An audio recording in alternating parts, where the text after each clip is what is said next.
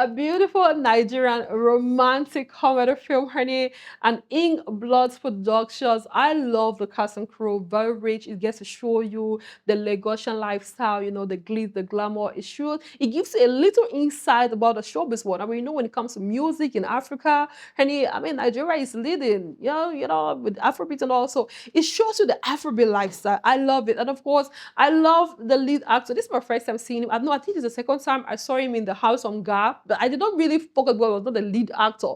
But this one, I'm like, I had to take a closer look. And this guy is one fine man. He's very good looking, honey. I don't know when they packaged him in the field. Oh my God, I was blushing, honey. I was like, Some Nigerian guys are cute, though. Anyways, you all forget about me. I'm a crazy topper, you know what I mean? Anyways, so the film is basically about a young lady who is from a very small family. Her name is Promise Quest. Now, Promise, the sister and the father, they live a very simple life. But unfortunately, this life is not without turbulence. As seen, they're about to lose their home. They're about losing their home, you see. So they're owing the bank, I think, 20 million naira. Now, if they don't pay off, they're going to lose their family house. Now, unfortunately, the father is not well. It's not in a very good condition to be able to work that money. So she and her sister have to work for it. But her sister believes that, you know what, so what if we lose this house? So what if the bank collects this house? We can always build another one, You can always go and start life all over again elsewhere. But Promise believes contrary because she, being the first child, this house means a whole lot to her. Besides, their mother, who is of blessed memory, grew up, like she got married in this house and she birthed them in this house. So they have this bond and she doesn't want to let go of the memory. So she swore that she would do everything possible to raise that son. But how would she? She did not even have a job. She was just a young event planner.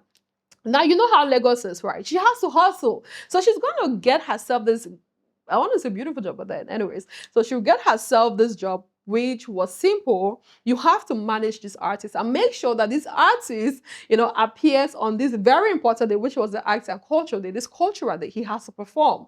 Now, she's going to find this gorgeous looking Afrobeat star, King Kator, who, by the way, is going to be a pain in the behind. I'm telling you, he was difficult to manage. You know how this artist can be with all the fame, the popularity. I mean, who are you to tell them when to do a photo shoot, when to go for an interview, when to go for studio set? You have no right to do that, right? And then on top of it all, she's going to meet a difficult manager, like King Kator's manager, who was Uti. I mean, the character was played by Uti Wachuku.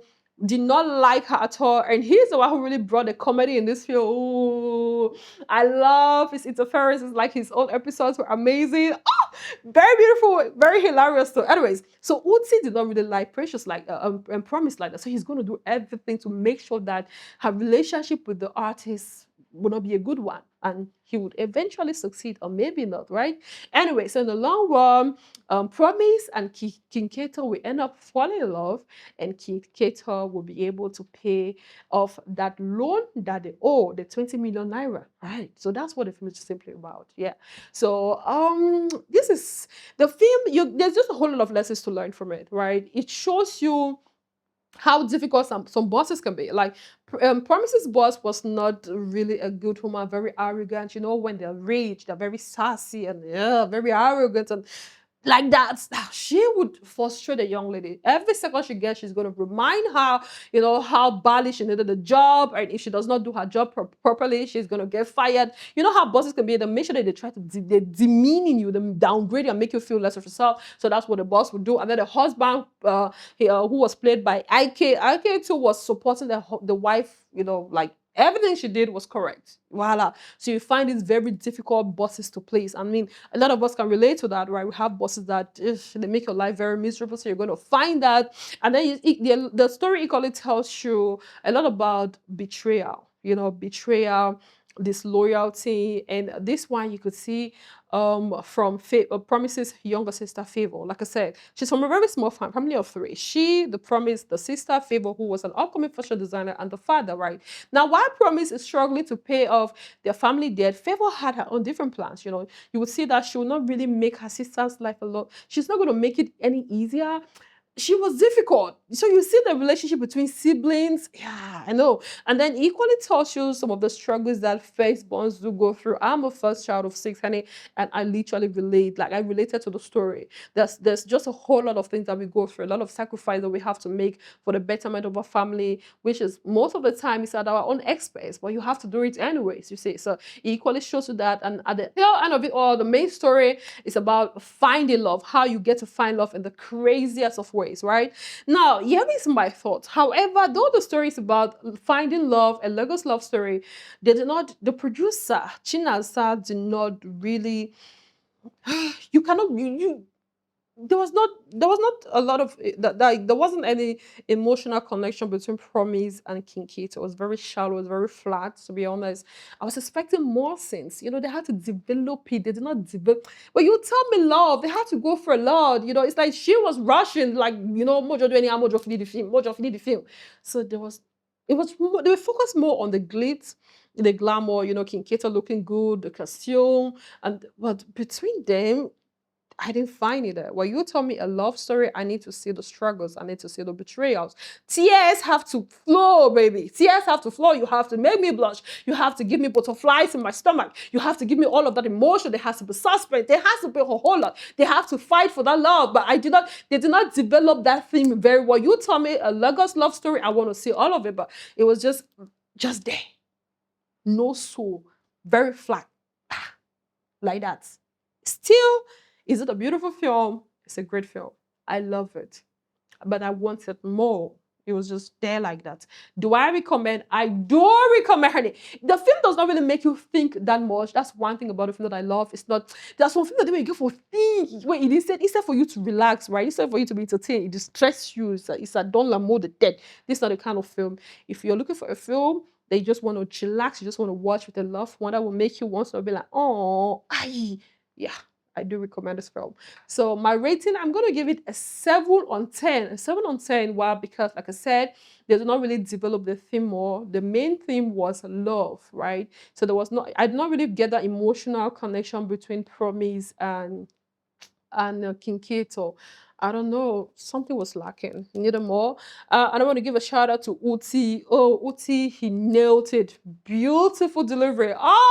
This guy is so underrated. We have to give him more flowers than what we're actually doing. Like Uti is an amazing TV presenter, honey. He is a gorgeous man, by the way, honey. When it comes to modeling, he's one of the best MCs in Nigeria. When it comes to red carpet hosts, he delivers. And then as an actor, if you want to watch another Uti film where he performed beautifully well, I recommend Aki and Popo. Yes, I know. Yes, I know. It's actually on Netflix, right? Though I don't. But yeah, go and check that movie. You're going to find. And hey, God, before we do go, let's talk about Favor, Promise's younger sister, right? I told you she's an upcoming fashion designer, right? Yeah.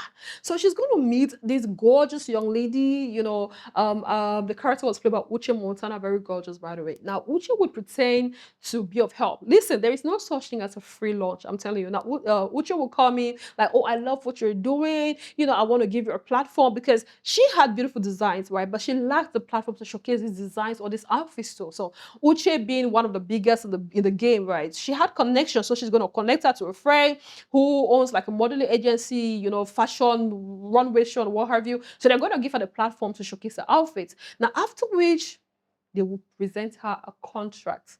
And that contract was not a fair one. And that is when it's going to get done to Favor that, hey, honey, some blessings are not blessings. They are curses in disguise as blessings. So you're going to find the exploitation that happens in this industry. You say people who want to take advantage of you. They'll tell you, I have the platform. You need me more than I need you.